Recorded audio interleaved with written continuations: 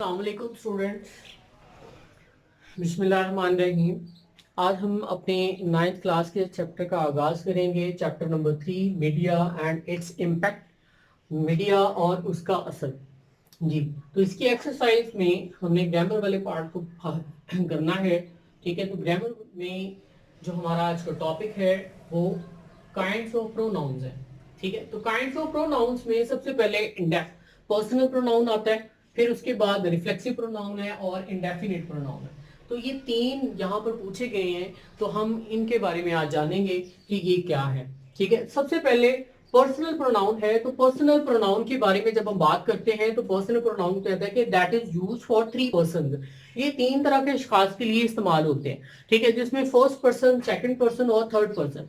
ठीक है, तो फर्स्ट पर्सन की जब हम बात करते हैं तो फर्स्ट पर्सन में 2 प्रोनाउंस आते हैं जिसमें आई और वी है। ठीक है, अब हम इनके पोजेसिव और ऑब्जेक्टिव केस की तरफ जब आते हैं तो ऑब्जेक्टिव, पोजेसिव और ऑब्जेक्टिव में 2 आएगा माई मी।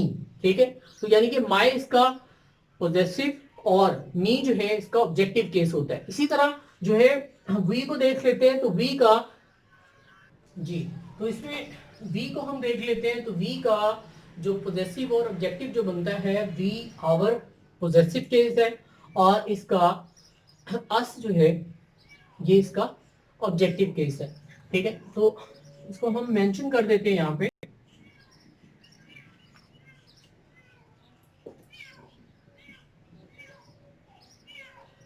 आए का माय और मी, तो ये इसका पोजेसिव है और ये ऑब्जेक्टिव केस है। इसी तरह वी को हम देखते हैं कि तो वी का वी आवर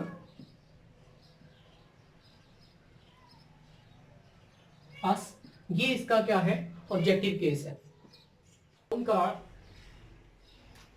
जी, तो सेकंड पर्सन प्रोनाउन का यू जो है ये इसमें शामिल है।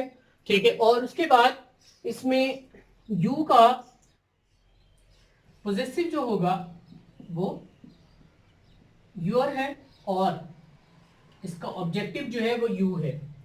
जी, उसके बाद थर्ड पर्सन को देखते हैं। तो थर्ड पर्सन में सबसे पहले ही है। ठीक है, तो ही, हिज, हिम, यानी कि हिम, हिज जो है ये इसका पोजेसिव है और ये इसका क्या है, ऑब्जेक्टिव केस है। इसी तरह शी को देखें तो शी में हर और हर, यानी कि इन ये दोनों हर और हर जो है यही इसका पोजेसिव और ऑब्जेक्टिव केस है। जी, उसके बाद इट्स की तरफ आते हैं। तो इट्स में देखें तो इट जो है इसका इट्स पोजेसिव है और इट जो है इसका ऑब्जेक्टिव केस है। जी, तो दे का पोजेसिव होगा देयर और इसका ऑब्जेक्टिव होगा देम। जी, तो अब इसकी एग्जांपल्स में देखते हैं। तो एग्जांपल में हमने ये आइडेंटिफाई करना है कि इनमें जो पर्सनल प्रोनाउन जो है वो कहां कहां इस्तेमाल हुआ है। ठीक है, तो Salman is absent because he is ill. ठीक है, तो इसमें देखें कि पर्सनल प्रोनाउन जो है इस एग्जांपल के अंदर कहां इस्तेमाल हुआ है। ठीक है, तो यहां आप देखें कि इसमें ही जो है ये पर्सनल प्रोनाउन के तौर पर इस्तेमाल हुआ है और ये कौन सा है, ये थर्ड पर्सन है। ठीक है, तो ही जो है ये थर्ड पर्सन के तौर पर यहां इस्तेमाल हुआ है। ठीक है, थर्ड पर्सन प्रोनाउन के तौर पर। जी, उसके बाद दूसरे एग्जांपल देखिए, have you any justification of this act. ठीक है, तो इसमें यू जो है ये पर्सनल प्रोनाउन है और ये पर्सनल प्रोनाउन कौन सा है, ये सेकंड पर्सन प्रोनाउन है। ठीक है, जो कि ये सब्जेक्टिव केस के तौर पर यहां इस्तेमाल हुआ है। ठीक है, उसके बाद तीसरी एग्जांपल में देखें तो तीसरी एग्जांपल में ही जो है ही लव्स हिज डॉग। ठीक है, तो ही जो है ये पर्सनल प्रोनाउन है और ये कौन सा है, थर्ड पर्सन है। ठीक है, और ये सब्जेक्टिव केस यहां पर इस्तेमाल हुआ है इसका। ठीक है, उसी बाद आप चौथे एग्जांपल में देखें, वी आर लर्निंग इंग्लिश। ठीक है, तो इसमें वी जो है ये भी पर्सनल प्रोनाउन है और ये पर्सनल प्रोनाउन कौन सा है, ये फर्स्ट पर्सन प्रोनाउन में आता है, ठीक है, और ये भी इसका सब्जेक्टिव केस यहां पर इस्तेमाल हुआ है जी।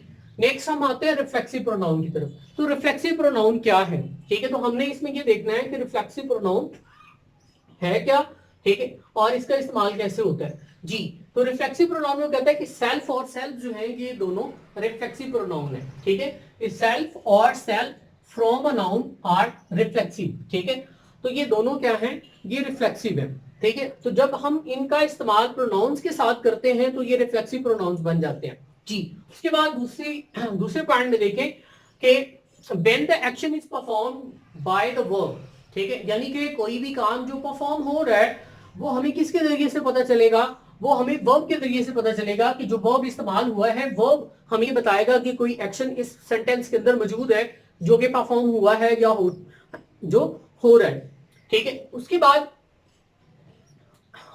तीसरी एग्जांपल इसमें ये है, तीसरा पॉइंट इसमें ये है कि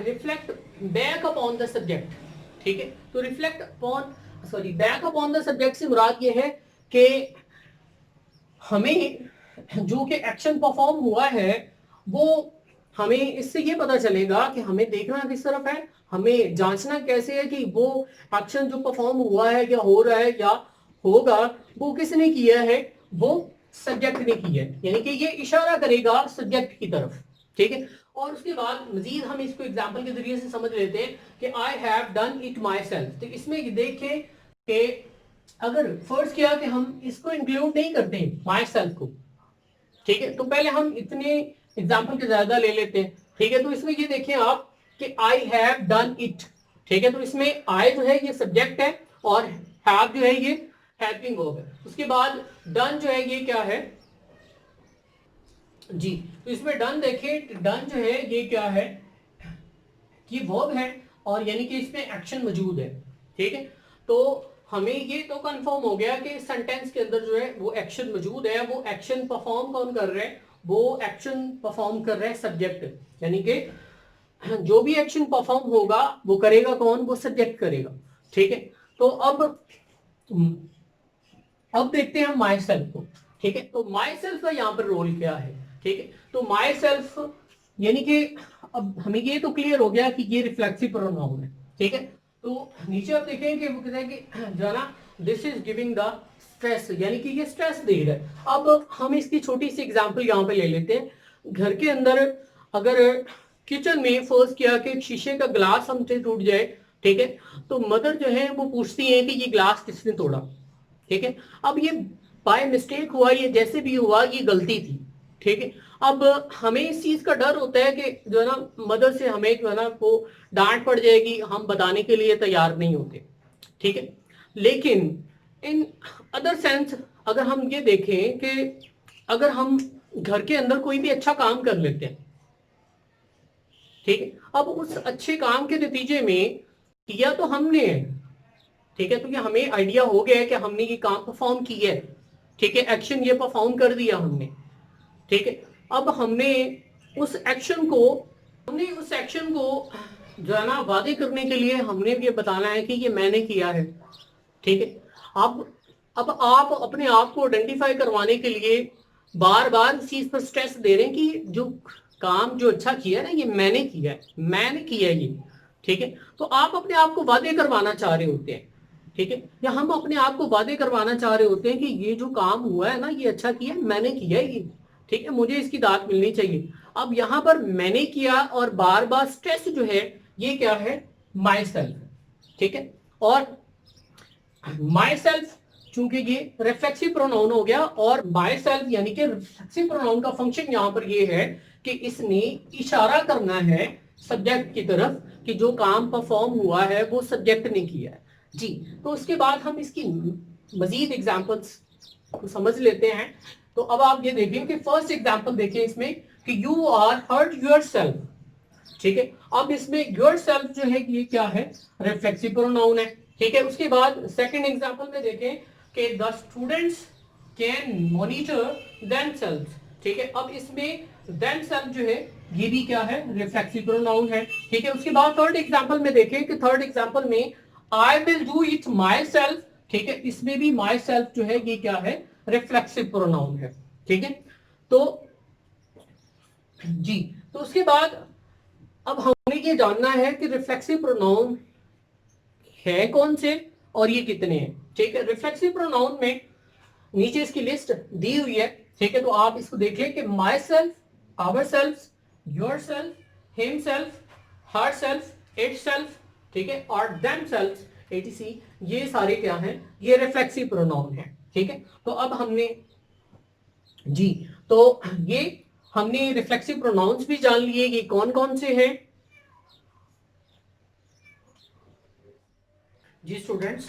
तो इसमें थर्ड पॉइंट जो है हमारा वो इंडेफिनेट प्रोनाउन है। इंडेफिनेट प्रोनाउन के बारे में वो कहता है कि which is refer to person और थिंग, ठीक है, इन अ जनरल वे, ठीक है, कि ये आम तौर पर किस चीज के बारे में बात करता है, किसी शख्स के बारे में बात करता है या किसी चीज के बारे में बात करता है, यानी कि उन दोनों की तरफ इशारा करेगा, ठीक है।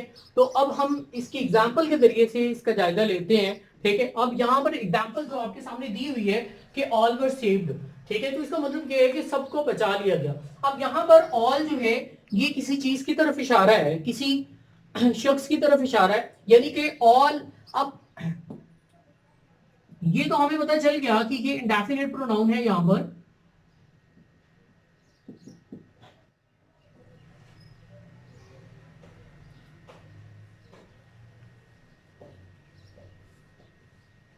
जी, तो ये इंडेफिनेट प्रोनाउन है, लेकिन यहां पर आप इसके मतलब को देखें कि बचा लिया गया था, ठीक है। तो बचाया किसको जाता है, जब हम बचाते हैं उस चीज को जो हमारे लिए कीमती हो, हमारे लिए वैल्यूएबल हो, ठीक है, वो किसी की जान हो सकती है, किसी की कोई इंपॉर्टेंट चीज हो सकती है, ठीक है। तो या कोई खास जगह यानी कि इंपॉर्टेंट प्लेस हो सकती है, किसी का घर हो सकता है, ठीक है। तो अब यहाँ ये सेव जो है, ये अगर हम इसके मीनिंग में जाएं तो ये किन चीजों की तरफ इशारा है, ये यानी पर्सन, प्लेस और थिंग, तीनों चीजों की तरफ इशारा है, ठीक है। अब हम जब इसको पार्ट्स ऑफ स्पीच में देखते हैं तो ये तीनों चीजें किस में आती हैं जी, तो ये तीनों चीजें किस में आती हैं, ये तीनों चीजें नाउन में होती हैं, ठीक है, यानी कि इन तीनों चीजों को नाउन में डिस्कस किया जाता है। तो यानी ऑल जो है ये किस चीज की तरफ इशारा है, ये ऑल जो है ये इन तीनों की तरफ इशारा है, यानी कि तीनों में से कुछ भी हो सकता है जिसको बचाया गया, ठीक है। तो ये यहां पर ऑल जो है ये इंडिकेशन दे रहा है, ठीक है, तो दैट्स व्हाई हम इसको इंडेफिनेट प्रोनाउन कहते हैं, ठीक है। तो उसके बाद इसकी मजीद एग्जांपल्स की तरफ आते हैं, तो मजीद यानी कि फर्स्ट एग्जांपल में आप देखें कि इसमें नो बडी दिया हुआ है, nobody were there to rescue the child, ठीक है। अब इसमें नो बडी जो है ये किसी शख्स की तरफ इशारा है, पर्सन की तरफ इशारा है, ठीक है। तो ये यहां पर क्या है, इंडेफिनेट प्रोनाउन है, ठीक है। तो ये इंडेफिनेट प्रोनाउन है यहां पर। उसके बाद सेकंड एग्जांपल पे देखें कि नो वन बिलीव्स देमसेल्व्स, ठीक है। तो नो वन में जो है यानी कि इस एग्जांपल के अंदर नो वन जो है ये इंडेफिनेट प्रोनाउन है, यानी कि ये भी क्या है, किसी शख्स की तरफ इशारा है, यानी कि अब उसके बाद थर्ड एग्जांपल की तरफ आए।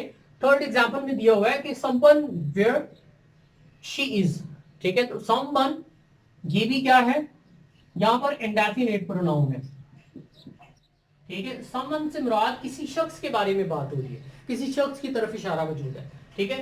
तो एवरीबडी लव्स मनी, ठीक है। तो एवरीबडी यानी कि ये भी यहां पर क्या है, इंडेफिनेट प्रोनाउन है,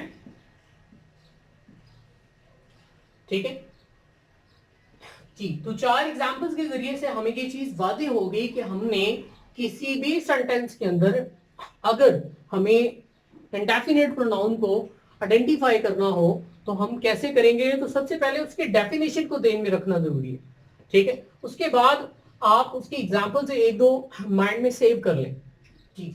तो ये जो एग्जांपल्स, ये आपको इसकी डेफिनेशन के पॉइंट्स को जो है ना देनशीन करवाने के लिए जो है ना एग्जांपल्स ज्यादा दी गई हैं, ताकि आपको जो है ना इस चीज की मजीद अच्छे तरीके से अंडरस्टैंडिंग हो जाए। ठीक है, उसके बाद लिस्ट ऑफ प्रोनाउंस दिए गए हैं कि आप इन लिस्ट ऑफ प्रोनाउंस को ज़हन में बिठा लें, ताकि जो है आप जब किसी भी सेंटेंस में से आपको इसे आइडेंटिफाई करना पड़े तो आप इजीली कर सकें। ठीक है, तो सबसे पहले everyone, someone, somebody, everybody, none, all. ठीक है, नो वन, सम, मेनी और एनीबडी, ईच, एटीसी, ये जो है इसकी लिस्ट में मौजूद है। ठीक है, तो ये तीनों पॉइंट्स हमने इस लेक्चर के अंदर जो है वो पढ़ लिए हैं और उनको समझ भी लिया है विद एग्जांपल्स। अब होता क्या है कि स्टूडेंट्स जो हैं इनको जो है देनशीन करने की जरूरत क्यों पेश आती है, या इन्हें जो है वो देन में क्यों बिठाना चाहिए, क्योंकि पेपर में जो 9th क्लास का जो ऑब्जेक्टिव आर्ट होता है जिसमें एमसीक्यूज दिए जाते हैं, तो एमसीक्यूज में इन एग्जाम्पल्स को जो है वो एमसीक्यूज की शक्ल में पूछा जाता है। ठीक है, तो हमें जो है जब एमसीक्यूज हमारे सामने होते हैं तो उस वक्त हमें आइडेंटिफाई करना थोड़ा मुश्किल हो जाता है, क्योंकि हमने इसका उनकी डेफिनेशंस, उनकी एग्जांपल्स, उनकी लिस्ट, ये सारी चीजें जब तक जेन में नहीं बिठाई होंगी, जब तक इनको समझा नहीं होगा, अच्छे तरीके से जेन में नहीं बिठाया होगा, तो हमें उस चीज में क्लैरिटी नहीं हो पाएगी। तो स्टूडेंट्स, आपको सबसे पहले इसी चीज को क्लियर करना बहुत जरूरी है, इनकी डेफिनेशंस को याद करें और इनकी एग्जांपल्स को समझें। ठीक है, और इसकी list of pronouns, list of reflexive pronoun और लिस्ट ऑफ जो है पर्सनल प्रोनाउन, इन तीनों लिस्टों को ज़हन में बैठाना बहुत जरूरी है, ताकि आप एमसीक्यूज का क्राइटेरिया जो है वो बहुत आसानी के साथ जो है सॉल्व कर सकें। Thank you so much. Allah Hafiz.